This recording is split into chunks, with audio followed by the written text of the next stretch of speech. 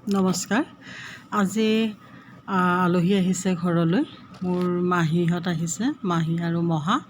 এতিয়া ৰাতিৰ সাঁজটো মাহী হয়। মাহীৰ ঘৰ হৈছে নগাঁৱৰ পাথৰিত।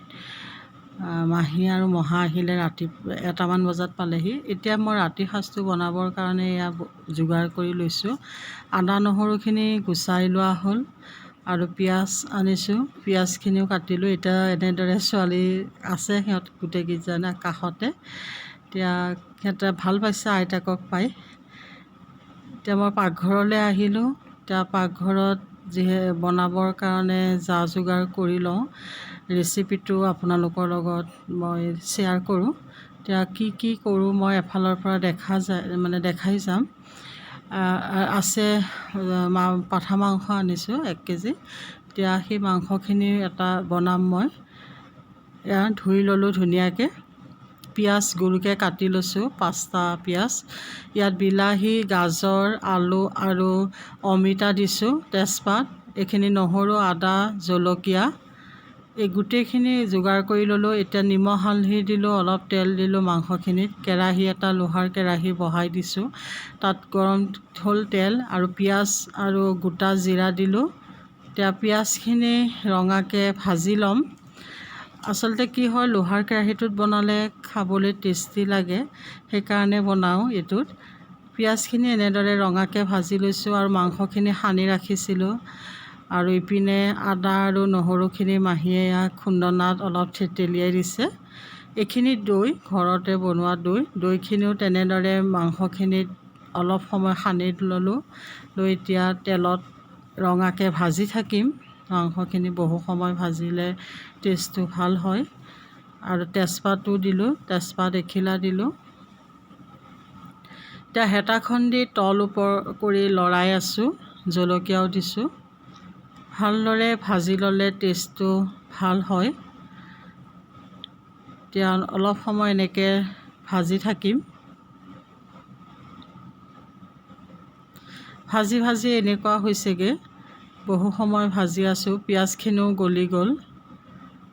আৰু এয়া হৈছে নহৰুখিনি দি দিলোঁ, থেতেলিয়াই থোৱা নহৰুখিনি। আৰু ভালদৰে মিলাই দিছোঁ হেতাখন দি। মিলাই এনেদৰে তল ওপৰ কৰি লৰাই আছোঁ। আদাখিনিও দি দিওঁ। এনেদৰে ভাজি আছোঁ মিলাই পেলাই। মছলা আৰু মাংসখিনি যদি তেলতে শুকানকৈ ভাজি ল'ব পৰা যায়, তেতিয়া টেষ্টটো ধুনীয়া হয়।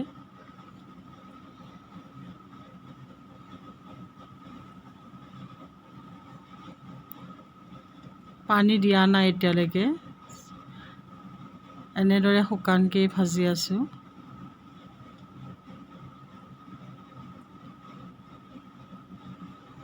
এতিয়া চব্জিখিনি দি দিওঁ। ইয়াত অমিতা দিছোঁ, অমিতা আৰু গাজৰ আধা দিছোঁ। এইখিনি হৈছে জিৰা পাউডাৰ দিলোঁ। এয়া ধনিয়া পাউডাৰ আৰু লাল মিৰ্চ গোটেইখিনি। আৰু এইখিনি হৈছে জালুকৰ গুড়া, খুন্দনাত খুন্দি ল'লোঁ। গোটেইখিনি এতিয়া এনেদৰে ভাজি থাকিম। বিলাহী এটা দিছোঁ। বিলাহীটো এতিয়া আৰু পানী উতলাই ৰাখিছোঁ, যিহেতু দিব লাগিব। বিলাহীটো দি এনেদৰে শুকানকৈ ভাজি আছোঁ। অকণমান পানী দিলোঁ। পানী দি আকৌ ভাজি আছোঁ। এতিয়া জোখত পানী দি দিলোঁ।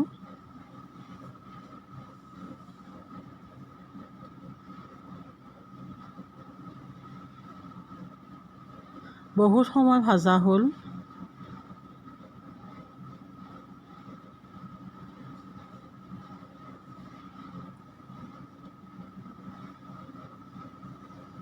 ঢাকি ৰাখিলোঁ আৰু গেছৰ জুইটো অলপ কমাই ৰাখিছিলোঁ। এতিয়া অকণমান গৰম মছলা দিলোঁ, দি পেলাই আকৌ অকণমান ঢাকি দিলোঁ।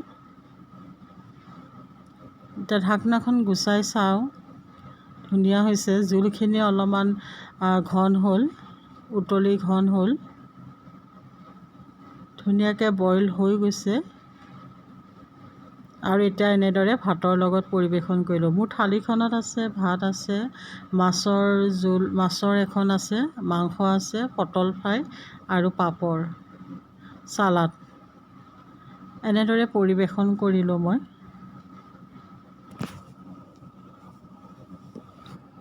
এয়া খাই আছে গোটেইকেইজনে, ছোৱালী দুজনী, মানুহজন আৰু মহা।